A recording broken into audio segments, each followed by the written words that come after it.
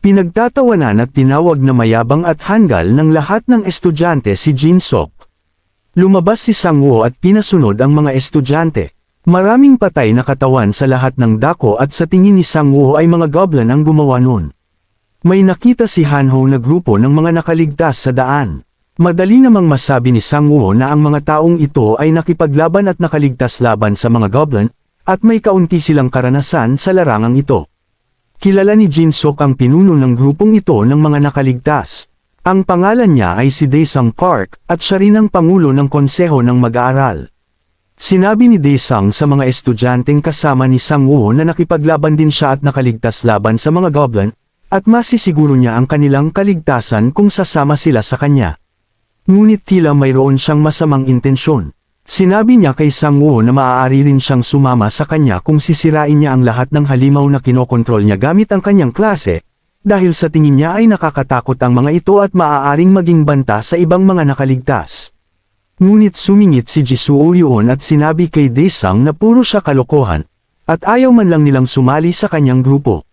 Sinabi rin niya sa lahat na si Dae-sang ay isang mapagkunwari, at kinurakot niya ang mga bayarin sa membership ng estudyante noong pista sa pamamagitan ng paggawa-gawa ng event staging company at mga resibo nito. Siya ang nagsumbong sa kanya sa website ng universidad. Nahiya si Dae-sang pagkarinig nito. Umalis si Jisoo Yoon kasama ang kanyang mga miyembro ng partido. Pagkaraan ng ilang sandali, nagsimulang magkwento pa si Jisoo Yoon ng mga detalye tungkol kay Dae-sang sa kanyang mga miyembro ng partido. Lumabas na si Dae-sang ay isang mayamang spoiled na bata, at sinasamantala niya ang mga babae. Ilan sa kanyang mga kaibigan ay inabuso rin niya. Kaya niya alam ang tunay na ugali ni Dae-sang. Nagalit si Han-ho pagkarinig sa tunay na ugali ni Dae-sang. Iminungkahi ni Dae-sang na dumaan sila sa landas malapit sa burol upang makatakas sa campus. Magkakaroon ng mas kaunting halimaw doon, dahil mababa ang aktibidad ng tao sa lugar na iyon. Sa kanilang daan, nakita nila ang isang orc, na mas malaki pa kaysa sa boss ng mga goblin. Pagkatapos silang makita, gumawa ang orc ng malakas na sigaw at sumugod patungo sa kanila para umatake. Medyo nasa sabik si Sang-woo, dahil nakakita siya ng bagong material para sa mga kalansay. Ang orc ay napatunayang malakas, at malapit na niyang tamaan si Jisoo Yoon, ngunit isang kalansay ng goblin ang sumalaw ng tama sa halip na siya, at namatay doon. Ang one-armed skeleton warrior ay inatake ang orc, at ang orc ay nakatanggap ng malaking pinsala dahil sa epekto ng 88% na pinsala ng blade ng one-handed sword warrior. Tumakas ang party ni Sang-woo papasok sa kagubatan, at ginamit niya ang kanyang mga kalansay upang akitin ang boss. Nang nasa kagubatan na ang orc, inatake siya ng lumilipad na mga kutsilyo mula kay Han-ho at sa mga kalansay. Nagawang iwasan ng orc ang ilang kutsilyo. Sinimulan niyang basagin ang mga kalansay, ngunit maraming patay na katawan ng goblin sa paligid, at paulit-ulit na magagawa ulit sila ni Sang-woo hanggang sa maubusan siya ng mana. Sinalakay nina Sang-woo at Jisoo Yoon ang orc ng magkasama. Nagawa ni Jisoo Yoon na hiwain ang binti ng orc, at isa sa mga braso nito ay pinutol ni Sang-woo. Tinapos ng skeleton warrior ang orc sa isang saksak ng espada sa leeg. Nakatanggap ang party ni Sang-woo ng 110 ginto sa pagtalo sa pinuno ng orc patrol. Ang mga pinuno ng orc patrol ay mas malakas ng kaunti kaysa sa normal na orcs. Sinubukan ni Sang-woo na gawing isa sa kanyang mga kalansay ang pinuno ng orc patrol, ngunit nabigo siyang gawin ito dahil sa kanyang mababang antas ng summoning. Ilang mana ni Sang-woo ang naibalik, kaya ginamit niya ang kanyang kasanayan sa paggawa ng sandata mula sa buto sa patay na pinuno ng orc, upang makagawa ng ilang mababang antas na bone clubs. Ginawa niya ng kagamitan ng kanyang mga kalansay gamit ang mga bone clubs upang makamit ang 5 miyembro ng synergy na may parehong sandata upang makakuha ng karagdagang buffs. Ibinigay niya ang espada ng one-armed skeleton warrior kay Han-ho, at sinabi sa kanya na ibalik ang espada sa skeleton warrior kung kinakailangan.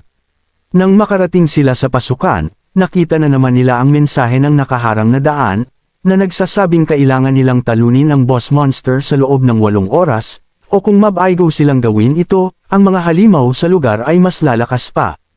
May lumabas na mensahe sa harap nila, na nagsasabing nagsisimula ang paghahanap ng isang unit ng orc, at kailangan nilang pumili ng angkop na lokasyon upang labanan sila. Kadalasang ginagamit ng mga orc ang kanilang pangamoy upang subaybayan ang kanilang biktima, kaya nangangahulugan ito na mas maraming tao ang nasa iyong party, mas malakas na unit ng orc ang ipapadala upang poksain sila.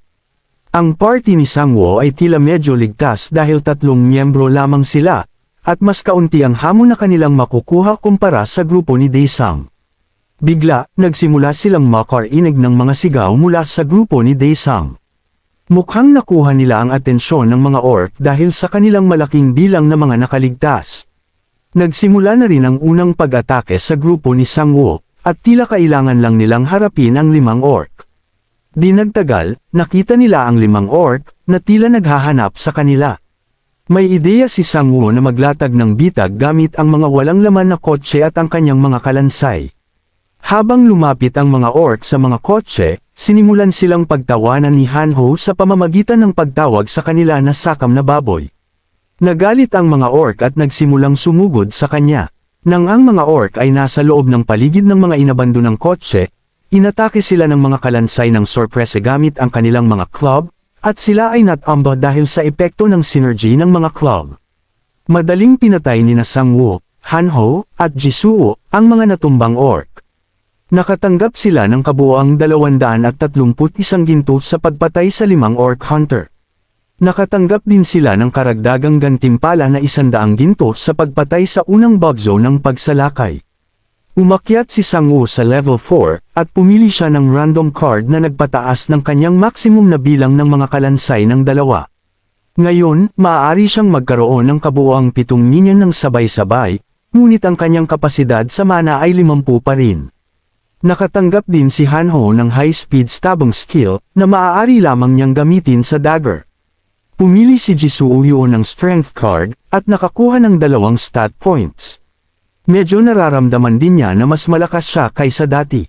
Hinimok ni Sangwoo si Hanho na ibalik ang espada sa isang armadong skeleton warrior, dahil ngayon ay kailangan ng gamitin ni Hanho ang dagger upang lubusang magamit ang kanyang kasanayan. Sa daan, nakita nila ang 7 orc hunter na umaatake sa isang bus. Ang mga tao sa loob ng bus ay lumalaban gamit ang sibat, ngunit hindi nila kayang hawakan ang mga orc sa mahabang panahon. Iminungkahi ni Jisuo na atakehin nila ang mga orc mula sa harapan, habang ang taong may sibat ay aatake sa kanila mula sa likuran.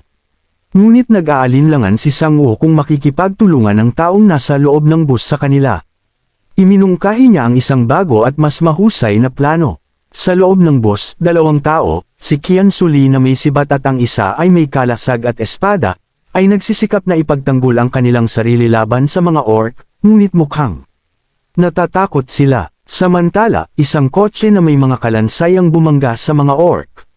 Sinimulan ng mga kalansay na patayin ang mga orc. Nagkamali ang mga nakaligtas sa loob ng bus sa pag-aakalang mas malala ang mga ito kaysa sa mga orc. Nagulantang sila nang makita si Hanho na kumakatok sa pinto ng bus at tinatawag sila. Sinabi ng lalaking may sibat sa grupo ni Sangwoo na may makina na maaari nilang gamitin upang bumili ng mga bagay gamit ang ginto na kanilang nakuha sa pagpatay ng mga halimaw. Ito ay karaniwang isang E-rank shop, at nang buksan ito ni Sangwoo, mayroon siyang 3 roulette option, kabilang ang bronze, silver, at gold. May 360 ginto si Hanho, at 584 na ginto naman si Jisuo, kaya maaari lang silang pumili ng bronze option. Si Sangwoo ay may 1,552 ginto, at maaari niyang subukan ang silver roulette.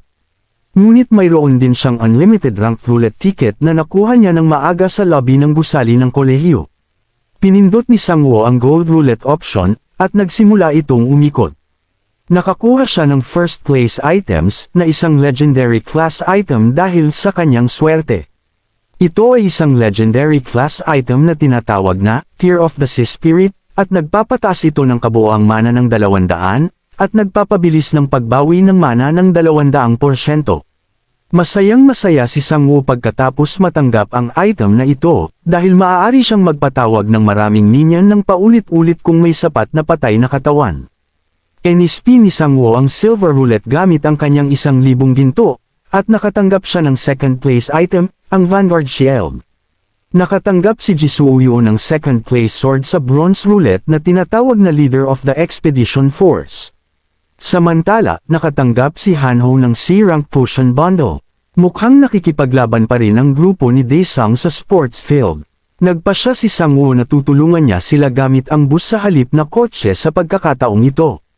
Ang mga ordinaryong estudyante ay pinapatay ng mga orc, habang si Daesung at ang kanyang iba pang mga kaibigang na awaken ay nagsisikap na makatakas sa mga orc ng magkasama. Dumating ang bus sa sports field, at bumangga ito sa mga orc. Si Kyung-soo Lee, ang spearman, ang nagmamaneho ng bus, at masaya siya dahil nakakakuha siya ng maraming ginto sa pagpatay ng mga orc. Samantala, pinapatay din ni Hanho at ng mga kalansay ang mga orc sa pamamagitan ng paghagis ng kutsilyo sa kanila. Huminto ang bus malapit sa mga nakaligtas, at sinabihan ni Sang-woo ang mga nakaligtas na sumakay sa bus. Hiniwa ni Jisoo yun ang isang orc, at nasunog ang orc dahil sa epekto ng fire whetstone, na nakuha niya pagkatapos patayin ang unang boss sa bubong ng gusali ng campus. Ang natitirang mga orc ay madaling napatay sa kaliwa at kanan ni Sang-woo at ng kanyang mga minion. Pagkatapos ng labanan, sinubukan ni Daesung at ng kanyang mga kaibigang na-awaken na sumakay sa bus, ngunit pinigilan sila ni Sang-woo. Alam ni Sang-woo na sinisikap nilang tumakas gamit ang ibang mga estudyante bilang pain. Medyo galit si Daesung pagkarinig nito, ngunit natigil ang kanilang usapan ng makarinig sila ng Dagandong, at nakatanggap sila ng abiso na galit ang pinuno ng orc dahil sa bigong pangangaso. Medyo natakot si Sang-woo pagkarinig ng Dagandong. Alam niyang kailangan niya ng mas maraming tulong hanggat maaari upang talunin ang orc chief. Sinabi ni Sang-woo sa grupo ni Daesung na maaari silang sumama sa kanya kung handa silang makinig sa kanyang mga utos. Nilunok ni Daesung ang kanyang pagmamataas at akmang papasok na sa bus, ngunit iginiit ni Sang-woo na ibigay ni Daesung ang kanyang chainmail kung gusto niyang sumakay sa bus. Tinanong ni Daesung kung paano niya paprotektahan ang kanyang sarili ng walang chainmail. Sumagot si Sang-woo na paprotektahan niya ito, at ito ay isang maliit na kapalit na kailangan niyang bayaran para sa kanyang proteksyon. Si Sang-woo ay nasa level 5 na ngayon, at kaya na niyang magpatawag ng mga mid-level na halimaw tulad ng mga orc. Ang skill card na pinili niya ay nagpapahintulot sa kanya na magpatawag ng 2 minion pa. Ngayon ay kaya na niyang magpatawag ng hanggang 9 na minion. Ibinigay ni Sang-woo ang chainmail sa one-armed skeleton, ngunit tila nahihirapan ito. Ang one-armed skeleton ang pinakamatanda niyang minion. Kaya binigyan niya ito ng palayaw na righty, dahil kanang braso lang ang meron ito. Habang inaalis ni Sang-woo ang chainmail mula kay righty, sinabi sa kanya ni Hanho na sa tingin niya ay kailangan nila ng isa pang bus kung gusto nilang magpatuloy sa pagliligtas ng mas maraming survivor. Sinabi ni Sang-woo na hindi na kailangan iyon. Sinabi niya sa mga nakaligtas na makikipaglaban sila sa mga orc sa lalong madaling panahon, dahil galit na galit ang orc chief, at nagpa siya itong maglunsad ng all-out war sa mga tao, hindi tulad noon na umaatake lamang sila ng paalon-alon. Isang nakaligtas ang pumutol sa katahimikan at sinabi sa kanila na nakakita siya ng mahigit 100 orc sa gym. Ito ang nagpatakot sa mga nakaligtas, at nakatanggap sila ng mga parusa, dahil nawala na ng pag-asang lumaban ang karamihan sa mga survivor pagkarinig nito. Ngunit sigurado si Sang-woo na mas mababa sa 100 orc ang natitira, dahil marami na silang napatay. Sinabi niya sa lahat na papatayin niya ang mga orc at lalabanan niya ito ng mag-isa. Lalong naging mayabang sina Daesung at ang kanyang mga kasamahan pagkarinig nito. Akala nila ay swerte lang si Sang-woo hanggang ngayon, at malapit na siyang maghukay ng sarili niyang libingan. Sinabi ni Jisoo kay Sang-woo na hindi magiging madali ang pagpatay sa 100 halimaw, kahit para sa kanya. Sumagot si Sang-woo na kahit magsama-sama pa sila, hindi sila magiging kapaki-pakinabang, dahil ang karamihan sa mga nakaligtas ay mas mahina kaysa sa kanyang mga kalansay. Sinabi niya sa kanyang mga kasamahan na nakakatulong sila, ngunit lalong magiging delikado ang mga bagay-bagay. Kaya hindi niya sila isasama. Sa tingin ni Jisoo ay may matinong pag-iisip si Sang-woo, ngunit sa pagkakataong ito ay medyo padalos-dalos siya. Matapos ihatid ang mga nakaligtas sa ligtas na gusali, nagsimulang magtungo si Sang-woo sa kanyang susunod na destinasyon kasama ang kanyang mga minion. Pinapanood siya ng kanyang mga miyembro ng party mula sa bus, at susugod sila gamit ang bus kung may mangyari kay Sang-woo. Sa sports ground, nakaharap si Sang-woo ng maraming orc. May isang galit na red-haired orc na nag-uutos sa kanila. Sa tingin ni Sangwoo ay isang mid-level boss ito. Inutusan ng red-haired orc ang iba pang orc na umatake, at inatake ng red-haired orc si Sangwoo. Nagpunta si Sangwoo sa isang maliit na hagdanan, kung saan siya at ang kanyang mga minion ay naghanda sa labanan. Mayroon lamang isang makitid na hagdanan kung saan maaaring umatake ang mga orc, na ginagawang madaling ipagtanggol ang kanyang lugar.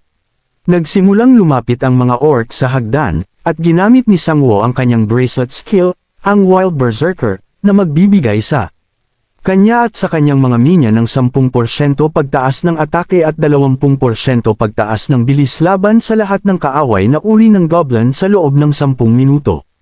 Nagsimulang maghagis ng kanilang mga kutsilyo ang mga kalansay patungo sa orc, at nagsimula silang bumagsak na parang mga langaw.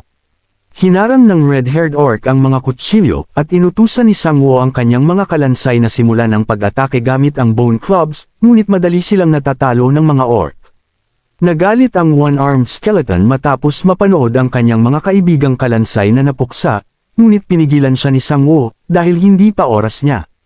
Binuhay ni Sangwoo ang patay na orc kapalit ng mga bumagsak na kalansay. Tumanggap din sila ng weapon synergy buff, dahil mayroong higit sa 5 orc na may parehong sandata na palakol sa party. Nagsimulang pukse ng mga skeleton orc ang mga orc. Kahit na may bumagsak na skeleton orc, binubuhay ang mga bago upang pumalit sa kanila sa laban. At hindi pa sila napapagod tulad ng mga orc. Alam ni Sangwoo na ito ang tamang paraan ng paggamit ng kanyang necromancer class. Ang mga nakaligtas na nanunood mula sa mga bintana ng gusali ay namangha matapos masaksihan ang pagwasak ni Sangwoo sa mga orc. Ang kanyang mga miyembro ng party na nasa bus ay masaya rin matapos mapanood siyang pumatay ng mga orc. Samantala, humanga si Sangwoo sa kanyang bagong legendary item, ang Tear of the Sea Spirit. Pinataas nito ang kanyang kabuoang mana ng 200, at ang kanyang mana regen ng 200%. Ang natitirang orc ay matindi pa ring lumalaban, kaya inutusan ni Sangwoo si Raiti na sumama sa laban. Tinapos ni Raiti ang natitirang orc sa loob lamang ng ilang segundo, at nakatanggap si Sangwoo ng bagong roulette ticket para sa pagpatay ng 100 halimaw. Lumabas na si Sangwoo ang ika-21 tao na nakakumpleto ng achievement na ito, at ang kanyang ranggo ay tataas din sa infinite status, na limitado lamang sa 100 tao. Nasaksihan ni Sangwoo ang ilang hanggal na bumangga ng bus sa pangunahing tarangkahan. Sa kabilang banda, ang grupo ng presidente ng paaralan na si Daesung ay kinidnap ng mga orc. Patungo si Sangwoo sa kanilang direksyon upang iligtas sila, at ang iba pang mga awaken na tao na nanunood ay nasabik at nagsimulang sumunod sa kanya. Pumasok si Sangwoo sa loob ng gusali kung saan banihag ng mga orc ang grupo ni Daesung, at isang shaman orc, na tila ang kanilang bagong boss, ay naruroon. Marami ring patay na katawan ng ibang halimaw doon. Sinabihan ni Sangwoo ang lahat na maghanda, ngunit ang sitwasyon ni Daesung at ng kanyang mga kasamahan ay hindi maganda. Nagmakaawa si Daesung kay Sangwoo na iligtas sila, ngunit sumagot si Sangwoo na gagawin niya ang kanyang makakaya, ngunit hindi siya isang gumagawa ng himala, at sila mismo ang naglagay sa kanilang sarili sa sitwasyong iyon sa simula pa lang. Nang sumugod ang grupo ni Sangwoo sa mga orc, nagsimula silang patayin ang mga miyembro ng grupo ni Daesung. Bilang isang uri ng ritual upang mapahusay ang kapangyarihan ng boss monster. At huminto ang grupo ni Sangwoo matapos masaksihan ng malupit na eksenang ito. Nakakuha ng power buff ang boss matapos ang sakripisyo, at ginamit niya ang Breath of Abyss sa grupo ni Sangwoo, at lahat sila ay napunta sa estado ng pagkalito. Ang kanilang mana ay mas mabilis ding nauubos ngayon. Lumabas ang pinalakas na boss monster. Siya ay isang junior black magician, ang Orc Chief. Uminom si Hanho ng potion upang pagalingin ang kanyang status effect, at inalok niya ito kay Sangwoo. Ngunit hindi apektado si Sangwoo ng Breath of Abyss ng boss, sa kabaligtaran. Ang kanyang mana ay tumaas ng hanggang 4,000 dahil sa epekto ng Breath of Abyss, kaya sinabihan niya si Hanho na ibigay ang potion kay Jisuo. Ang iba pang stats ni Sangwoo ay pansamantalang tumaas din dahil sa Breath of Abyss. Ngayon ay kaya na niyang magpatawag ng 50 minion ng sabay-sabay.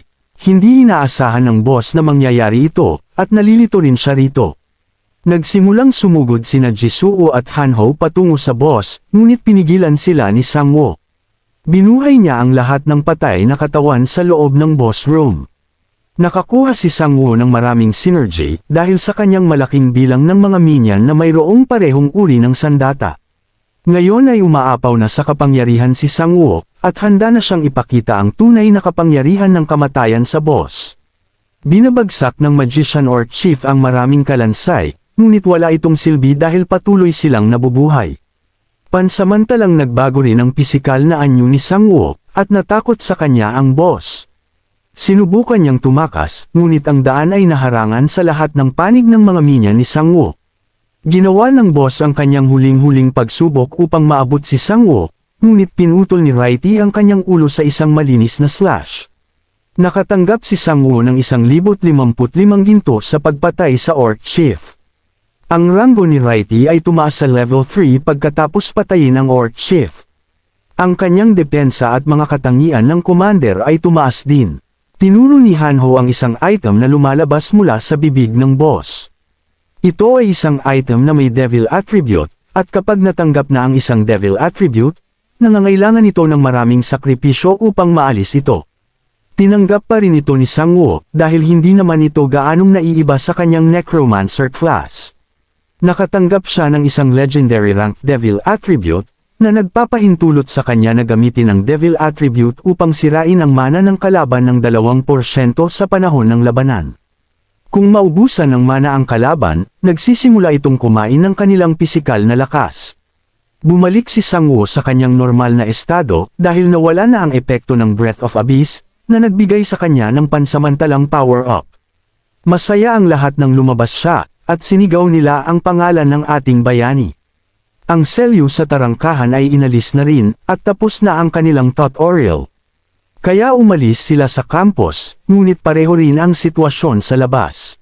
Sinabi ng Spearman Kyung-soo Lee kay Sang-woo na may 2 bus na available, at maaari niya silang dalhin lahat sa isang kalapit na military base, ngunit nagdahilan si Sang-woo na malapit lang ang kanyang bahay.